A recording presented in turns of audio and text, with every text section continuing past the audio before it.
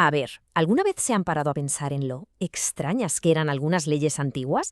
Hoy vamos a meternos de lleno en ese código secreto que las explicaba. Y una pista no tiene nada que ver con nuestra lógica, sino con algo mucho, mucho más profundo. Claro, la pregunta que nos hacemos hoy es, pero bueno, ¿por qué el Estado se metía en todo? ¿Qué sentido tenía que te dijeran con quién casarte o qué podías beber? Vamos a ver qué lógica, si es que la había, se escondía detrás de todo esto. Pues la clave de todo este lío, como ya nos adelantó el historiador Fustel de Coulanges, no está en la política ni en la economía, al menos no como las entendemos nosotros. No. La respuesta está en su concepto de la religión. Vale, pues empecemos por el principio. Para entender el enigma, lo primero es verlo de frente. Vamos a echar un vistazo a algunas de estas normas que sinceramente hoy nos suenan a ciencia ficción. Es que es alucinante. El Estado antiguo ejercía un control total, absoluto, sobre la vida de la gente. Estamos hablando de que en Esparta te castigaban por casarte tarde y en Atenas por no casarte. En Roma te decían cómo vestir, en Locres no podías beber vino puro. O sea, nada, absolutamente nada de tu vida privada quedaba fuera de la ley.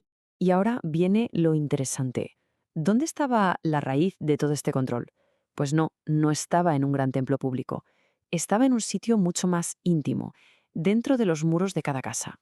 Aquí hay que hacer un reset mental. Hay que olvidarse de la idea de una religión como la entendemos hoy, universal.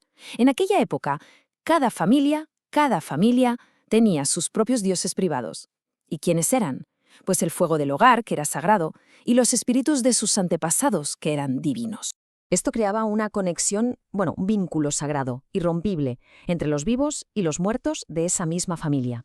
El padre no era solo el padre, era el sumo sacerdote. La casa no era una casa, era un templo.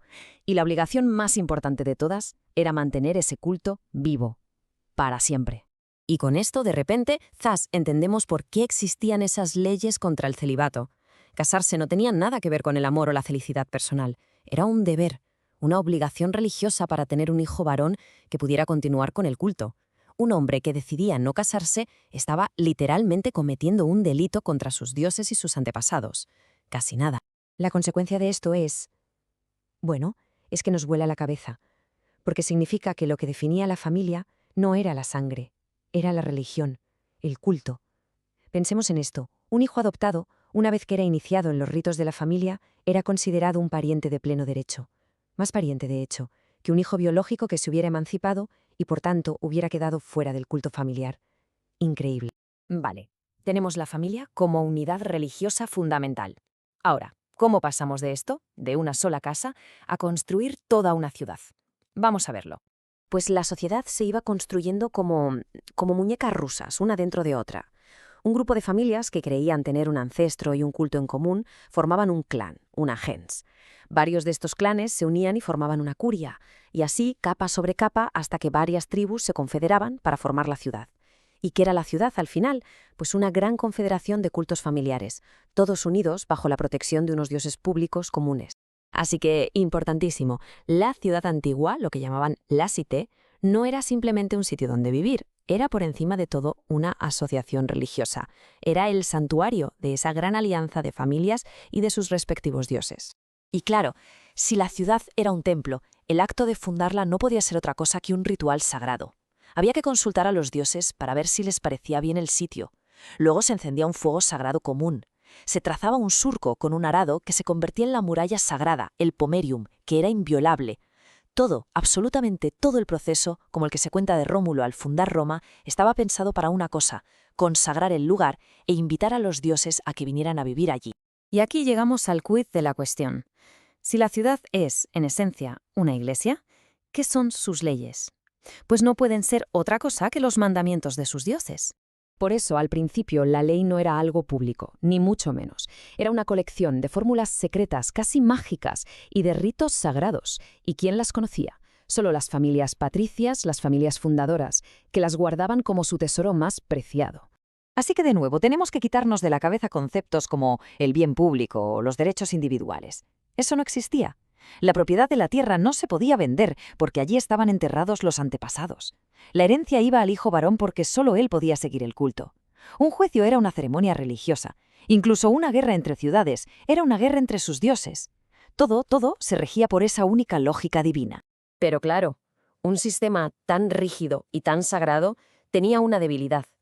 Llevaba dentro la semilla de su propia destrucción. Y esa semilla iba a tardar siglos en germinar, pero lo haría en forma de una larguísima revolución social.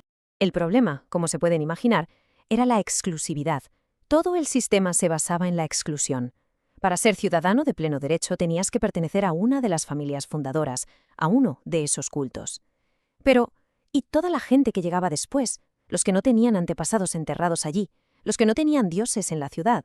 ¿Qué pasaba con ellos? Pues lo que pasó es que se creó una brecha social gigantesca. Por un lado, una élite muy pequeña, los patricios, los descendientes de los fundadores, que lo controlaban todo, la religión, la ley, la política, todo. Y por otro lado, una masa enorme de gente, plebeyos, clientes, esclavos, que estaban completamente excluidos, sin derechos, sin ley y, lo más importante, sin dioses reconocidos en la ciudad.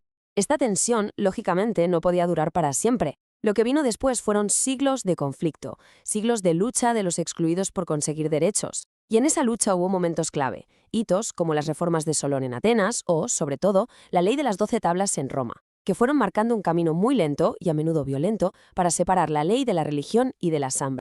Y la ley de las 12 tablas, eso fue el punto de no retorno. Imaginen lo que significó.